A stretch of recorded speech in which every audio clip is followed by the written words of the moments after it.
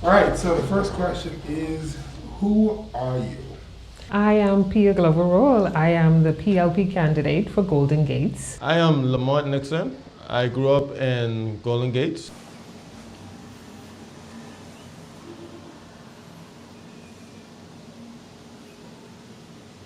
I'm a mother to three daughters, 19 years old, 14 years old, and 11 years old.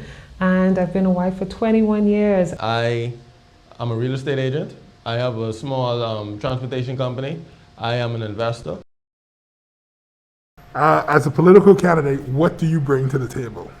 Well, I feel that I bring a new vision because personally, I'm not a politician per se. I'm not a seasoned politician like most candidates out there. I stand in my professional and personal life on three pillars: empowerment, education, enterprise. So I'm bringing that over into politics. I'm always about creating opportunities or access to opportunities for people in the Bahamas and even throughout the region.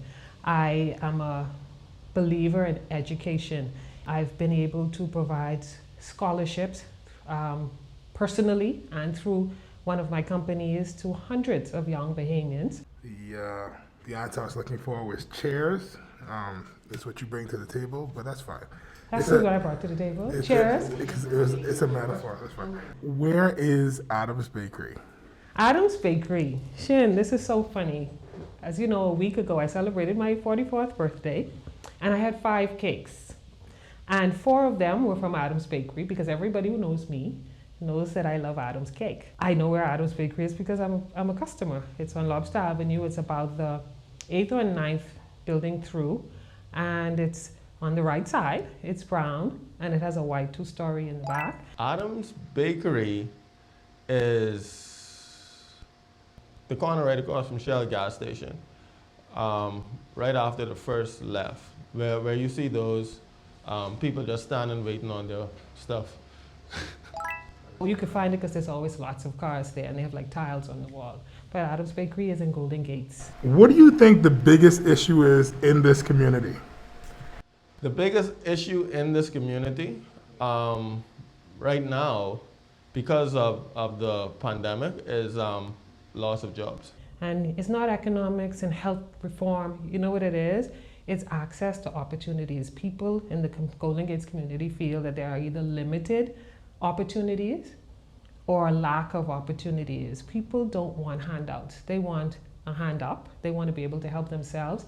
And they're simply looking for access to opportunities. All right, the answer I had here was that there are not enough gates, and the few gates that we have are not golden. I'll see if I can bring some, some golden I'll gates. see if I can. What have you done in this area?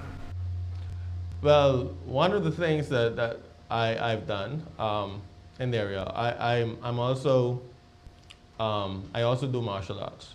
So one of the things that I have done is, in training martial arts, you have some of the kids that come through or whatever, so we train them, and then we do some display of martial arts on the park to help create awareness of safety. First and foremost, I've given out 550 hot meals to residents of Golden Gates, distributed food parcels like grocery and vouchers. As of yesterday, up to 46 families. Supported 8 small businesses in Golden Gate. I've assisted 13 families through social community assessments. So 4 disabled, 4 homeless, and 5 with other issues. I've assisted 3 families so far in attaining scholarships, tertiary level scholarships. I've provided employment on the ground, door to door. I also own an employment agency for 29 people in Golden Gate. I have cleared down 20 vacant lots, which are not only, I didn't only target them because of cleanliness, but because of safety issues. The next question is,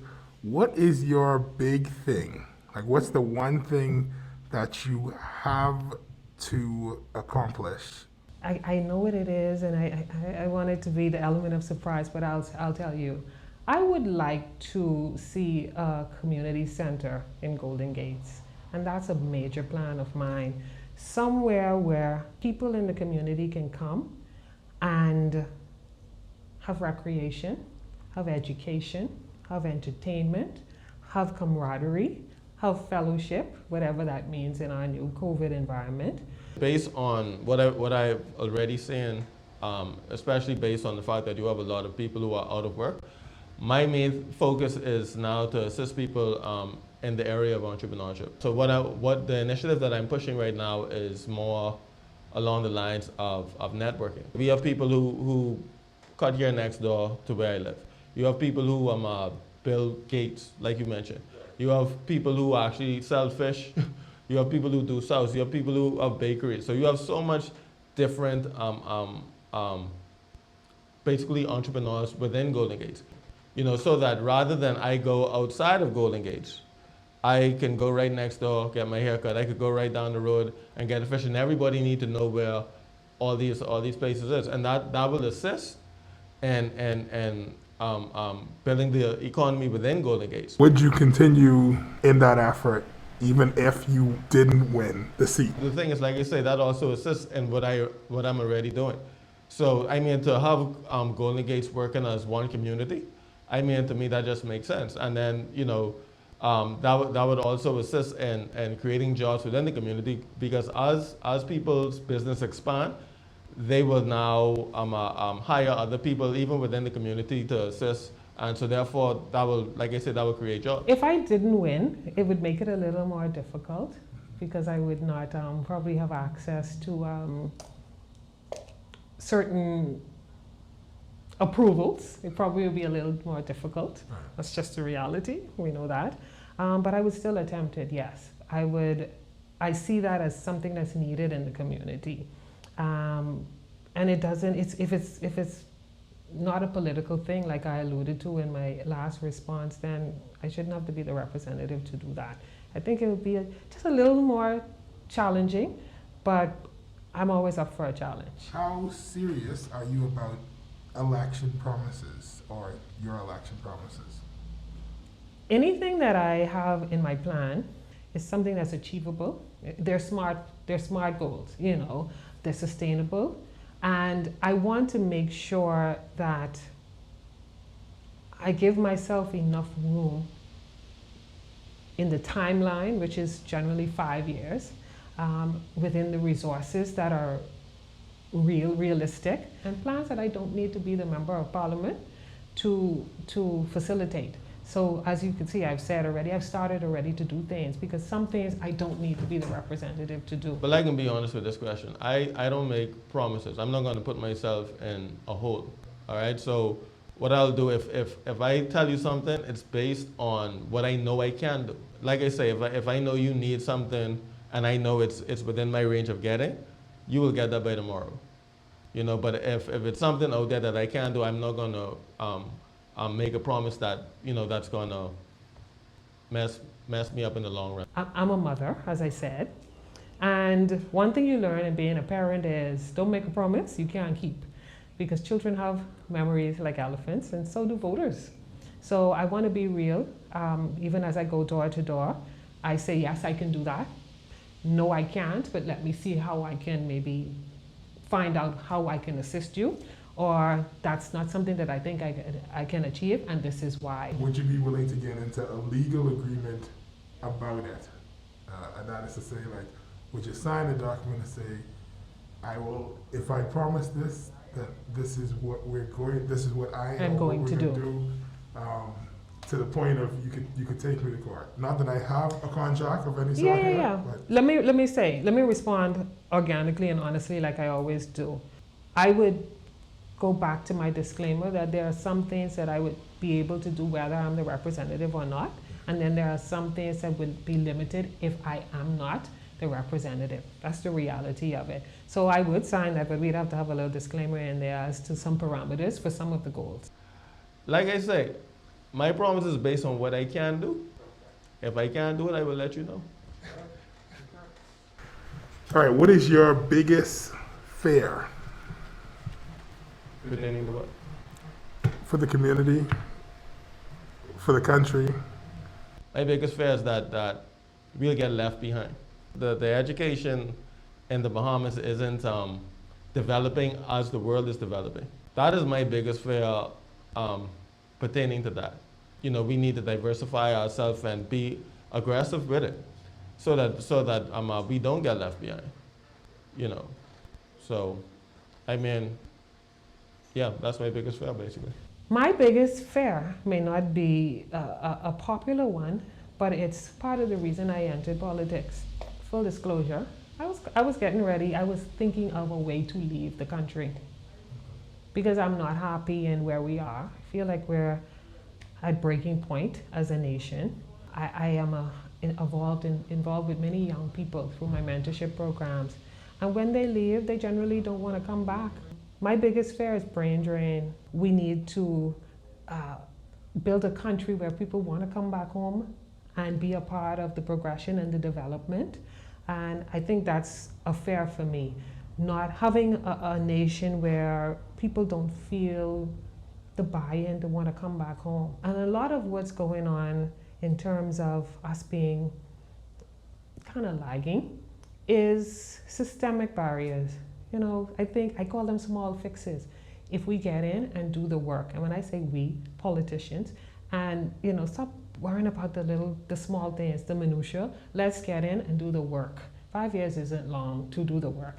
Get in, have a plan, be diligent with your plan, do the work, and it can happen.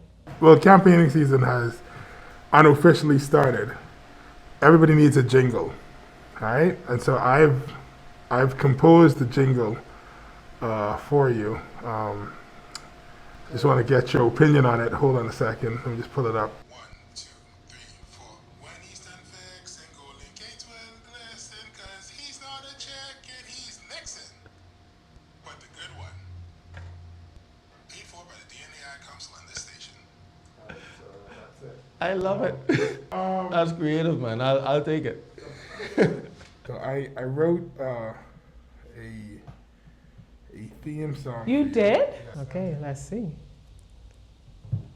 Let's hear this. There's a quiet storm, and it's never felt like this before. There's a quiet storm, that is you.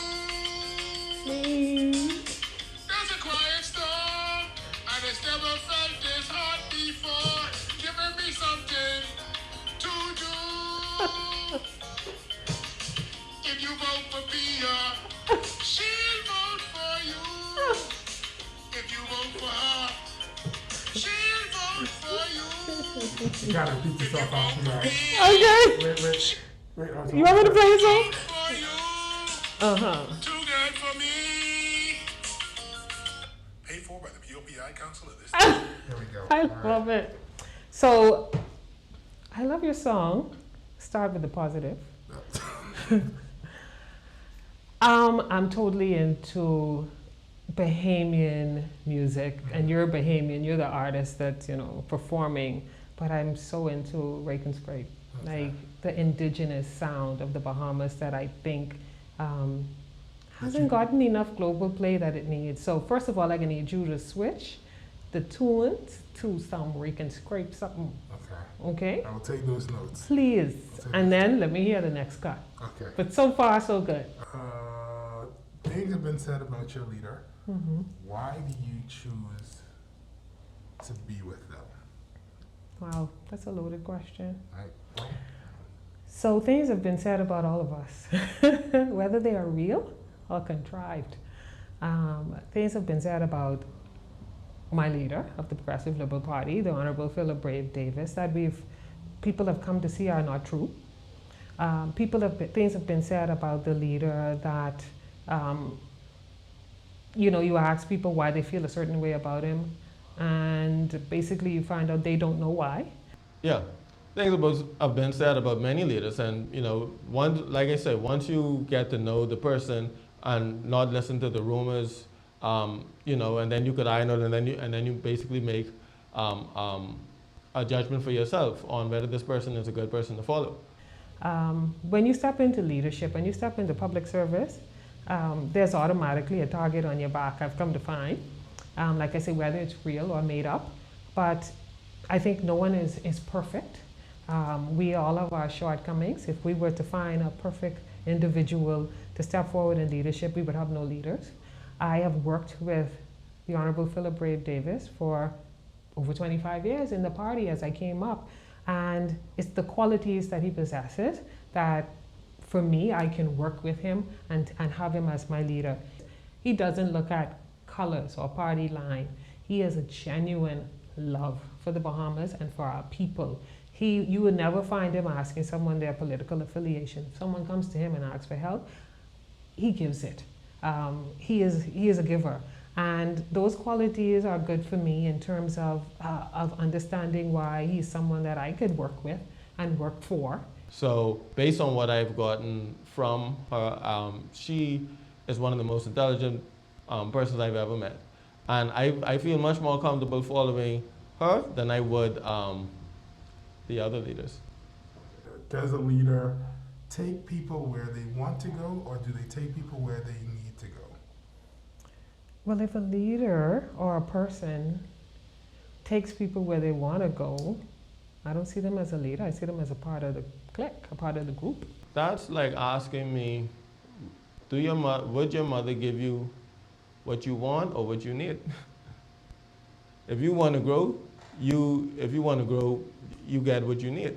So I think the leader would take people where they need to go. Leadership could be a lonely place, Shin, because sometimes a leader has to make the tough decisions that benefit the majority. What is the means of arriving at the answer to where we need to go? One of the ways I plan on doing that too is putting programs in place, because the thing is, let's be honest, I am only one person. And whoever gets there, they're only one person. And to say that that one person could meet with each and every individual and listen to all of their issues, and that's not going to happen. So therefore, let's say there's an issue with roads or whatever. Therefore, you'll have someone who's in charge of that. So that would help us make better decisions by putting these programs in place and putting people in charge of those, and rather than you one just trying to be basically the judge of all or the answer to all. As members of parliament, you step into the House of Assembly and you stand and say, I stand on behalf of the people of Golden Gates. I can't come to the House on behalf of the people of Golden Gates if I don't know what the heck the people in Golden Gates are saying. So I think a leader builds consensus, but has enough strength to be able to use that data, use that information to come to a place of decision. We got the best party, no one could stop us now. We got the best leader, and we standing proud. We got the best party, no one could stop us now. And when it come to election day, we gonna show you how. Why?